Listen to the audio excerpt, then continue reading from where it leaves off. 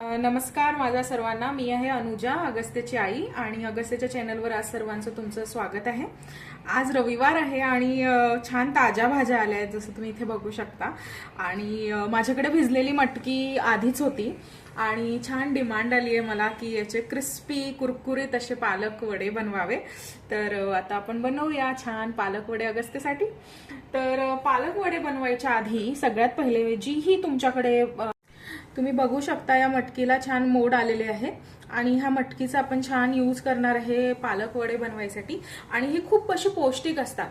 Generally आपले मुलं अशी मोड आलेले कडधान्य खायला मागे पुढे पाहतात, पण जर आपण त्यामध्ये छान हेल्दी बनवलं, त्याला छान असे फ्राईड त्याची काहीतरी स्नॅक्स बनवला ना, तर त्यांना फार आवडतं.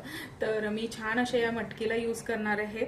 आणि लसूण, मिरची, थोडंसं लिंबू म्हणजे थोडं विटॅमिन सी, थोडंसं कढीपत्ता, थोडंसं गार्लिक, म्हणजे ज्याही गोष्टी आपल्याला खूप गरजेच्या आहेत त्या सगळ्या गोष्टी घालून मी छान याचे हेल्दी असा स्नॅक्स बनवणार आहे. तर आता सगळ्यात पहिले तर मी या मटकीला मिक्सी करून घेणार आहे. मी छान अशी मिक्सी केलेली आहे आणि असं खूप मिक्स नाही करायचं, त्याला थोडेसे जे दाणे आहेत ते तसे राहू द्यायचे. म्हणून एकदा आणि दोनदा फिरवलं की आपल्याला छान असे मटकीची मिक्स पेस्ट आपल्याला छान भेटली आहे. आता मी इथे एक बाउल घेतला आहे, त्यामध्ये मी ही पेस्ट घालते आणि आता आपल्याला एक एक इन्ग्रेडियंट यामध्ये घालायचे आहेत. तर सगळ्यात पहिले मी ही मटकी यात घातलेली आहे आणि आता आपल्याला छान आपला हा जो पालक आहे त्याला छान असं कापून घ्यायचं आहे मस्तपैकी आणि त्याला छान घालायचं. त्याला छान बारीक बारीक कापून घ्यायचं आहे पालकाला. आणि मिक्सी मी सजेशन देईल की तुम्ही मिक्सी करू नका त्याला, कारण की जर तुम्ही त्याला मिक्सी केलं तर त्यामध्ये आपल्याला ऍक्च्युली पालकाचे चंक्स आले पाहिजे, तर ती खाण्यात अजून मजेदार लागेल. आणि जर पालक तुम्ही असे छान कापून टाकले ना, तर त्या पानांचा क्रिस्पीपणा मुळे ते वडे अजून क्रिस्पी होतात. ही माझं ऍक्च्युली सिक्रेट आहे.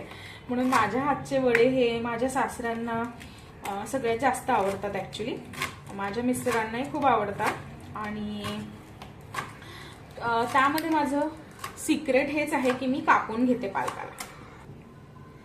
आता हे मी छान कापून घेतलंय, तुम्ही बघू शकता. मी असं खूप पण बारीक नाही केलंय, मला अशी पानं हवी आहेत ती, म्हणजे मला ते वडे थोडे क्रिस्पी करायचे म्हणून मी छान असं त्याला असं कापून घेतलेलं आहे. खूप जास्त बारीक नाही केलंय. आणि आता हे सगळं मी यामध्ये टाकणार आहे. तर छान ज्या पालकाच्या स्टेम्स असतात त्या पण तुम्ही घाला, त्यांनी ते अजून हेल्दी होणार. आणि आता मी कोथिंबीर घेते आहे, ती पण तुम्ही असं रफली चॉप करा, फाईन चॉप काहीच करू नका, कारण की आपल्याला आपलं एम ही रेसिपी हेल्दी बनवायचं आहे मुलांसाठी आपल्या. मी आता कोथिंबीर टाकलं आहे आणि आता मी जी आलं लसूणची पेस्ट केली होती ती घालणार आहे यामध्ये. तर थोडं आलं लसूणची पेस्ट आणि त्यात मी मिरची पण घातली होती. लहान मुलांच्या हिशोबाने जरा बघून घाला मिरची. आता ह्याला ना, आता मुलांना जेव्हा असं काही पण लागतं ना, तर क्रिस्पी असलं की त्यांना खूप क्रिस्पीचं फॅसिनेशन असतं. म्हणून साधारणतः 2 टेबलस्पून मी यामध्ये राईस फ्लोअर घेतलं आहे आणि हे पूर्णच घालणार आहे आपण. आणि थोडंसं जे आपलं हे आहे ना मटकीला थोडीशी साथ लागते बेसनाची, नाहीतर त्याचे वडे बनतच नाही. याच जागी जर तुम्ही मूग घेतले तर तुम्हाला बेसन घालायची गरज नाही पडत. तर मग मी थोडं 3 टेबलस्पून मी हे घेतलं आहे, बेसन घेतलंय आणि मी आता त्याला घालते. आता आपल्याला यामध्ये घालायचं आहे तिखट आणि हळद. आणि तिखट आणि हळद मी चमचाभर घेतली आहे आणि ही मी आधीच काढून ठेवली होती. आणि आता मी ह्याला घालते यामध्ये. आणि माझं सिक्रेट इन्ग्रेडियंट ती म्हणजे हा कढीपत्ता. ऍक्च्युली हा कढीपत्ता आपल्याला पूर्ण नाही घालायचा आहे, म्हणजे ऍक्च्युली हा कढीपत्ता ना तुमच्या वड्यांना खूप फ्लेवर देतो. तर मग आता ह्याला कसं घालायचं, ह्याला आपण तोडून घालणार आहे. म्हणजे हे कढीपत्ता हातात घ्यायचा, ह्याला कापायचं, चिरायचं नाही, छान असा हाताने तोडायचा आणि घालायचा. आणि हा मी भरपूर घालायला याच्यासाठी सांगते, कारण की जे फ्लेवर येतात ना ह्या कढीपत्त्याने येतात कुठल्याही वड्यांना. तर आणि कढीपत्ता खूप हेल्दी असतो म्हणून मी छान असं त्याला तोडून तोडून घातलेलं आहे. आणि आता अजून एक सिक्रेट इन्ग्रेडियंट आहे माझं, ती म्हणजे ही खूप सारं हिंगाने काय होतं ना, माझ्या सासूबाई नेहमी सांगतात की कुठल्याही पदार्थात जर तुम्ही हिंग टाकता तर त्याने तुम्हाला ऍसिडिटी होत नाही. तर म्हणून जितकं होईल जास्त तुम्ही हिंग टाका आणि त्याची खूप छान चव येते.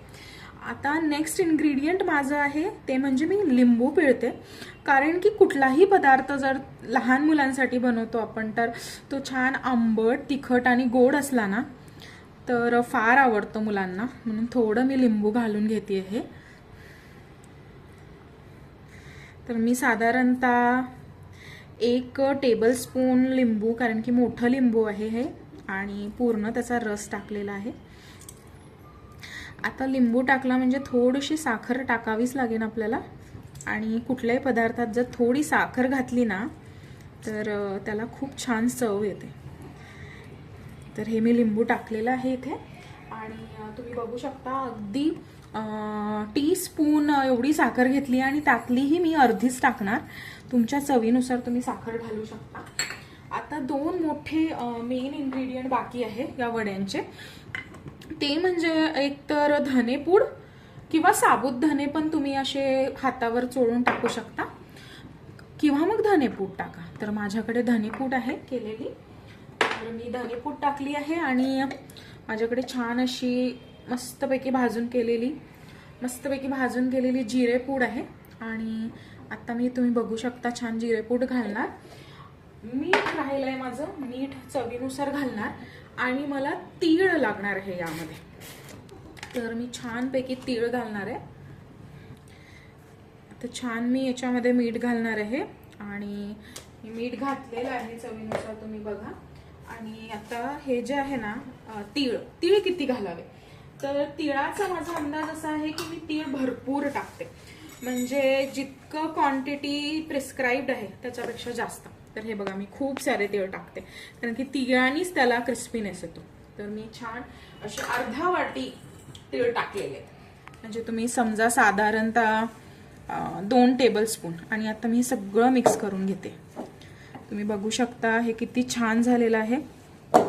हे दिसतच खूप छान आहे, खमंग याचा सुगंध पण यायला लागलाय सगळं मिक्स केल्यामुळे, ती मिरची, पालक आणि सगळं.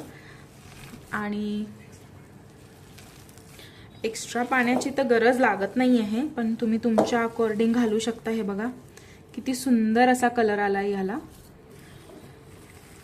छान हाताने त्याला ढवळून घ्यायचंय. आणि हे बघा याचा छान असा गोळा बनवतोय. पण आपल्याला वड्यांसाठी ना थोडीशी हे बघा हे किती छान झालंय. आता मला ह्याचा छान असे वडे बनवायचे, तर थोडंसं मला एकदम थोडं मला पाणी घालावं लागेल. बाकी हे सगळं एकदम नीट आहे. एकदम छान मी याच्यामध्ये पाणी घालते आणि थोडंसं याला डायल्यूट करते. एकदम विचार करून पाणी घाला, नाही तर ते रेनी जर झालं ना तर मग वडे नाही जमते. हे बघा हे झाले.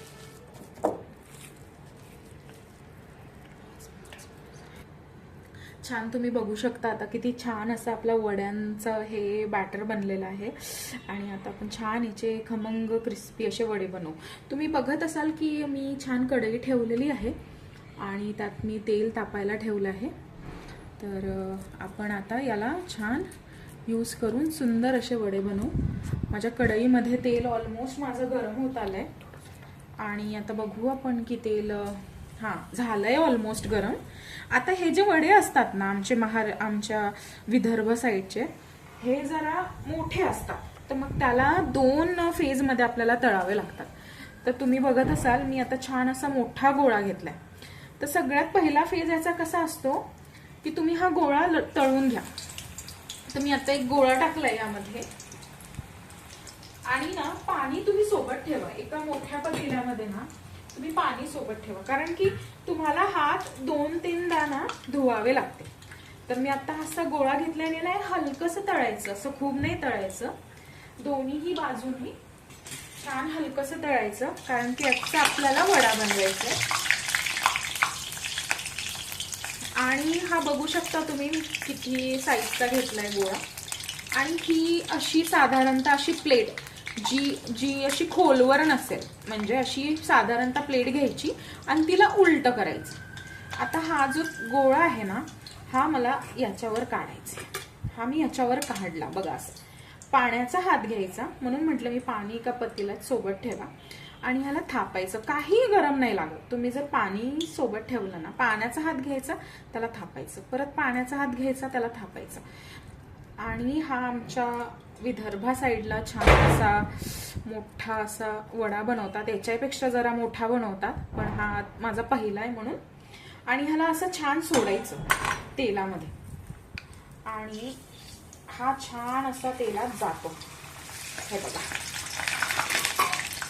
आणि तेलाला मात्र आता स्लो करून द्यायचंय, कारण की तो आता आपल्याला क्रिस्पी बनवायचा आहे. सगळीकडनं छान असा तळल्या गेला पाहिजे ना, म्हणून मग असा क्रिस्पी बनवायचा आहे त्याला, म्हणून थोडंसं स्लो करायचं. मंद आचेवर मी तळून घेते. तुम्ही बघू शकता हा किती सुंदर अशा छान लाल खरपूस तळला गेलाय. आणि तुम्हाला मी म्हटलं होतं ना की मी पानं अगदी रफली चॉप करते. हे बघा किती छान हिरवेगार पानं दिसतात आहे अजूनही. आणि ते पानं छान असे क्रिस्पी झाले आहेत. आणि तीळ मी जे म्हटलं होतं की खूप घालावेत, बघा तीळ पण खूप छान दिसतात आहे त्यामध्ये, आणि त्यांनी तो ठिसूळ झालाय.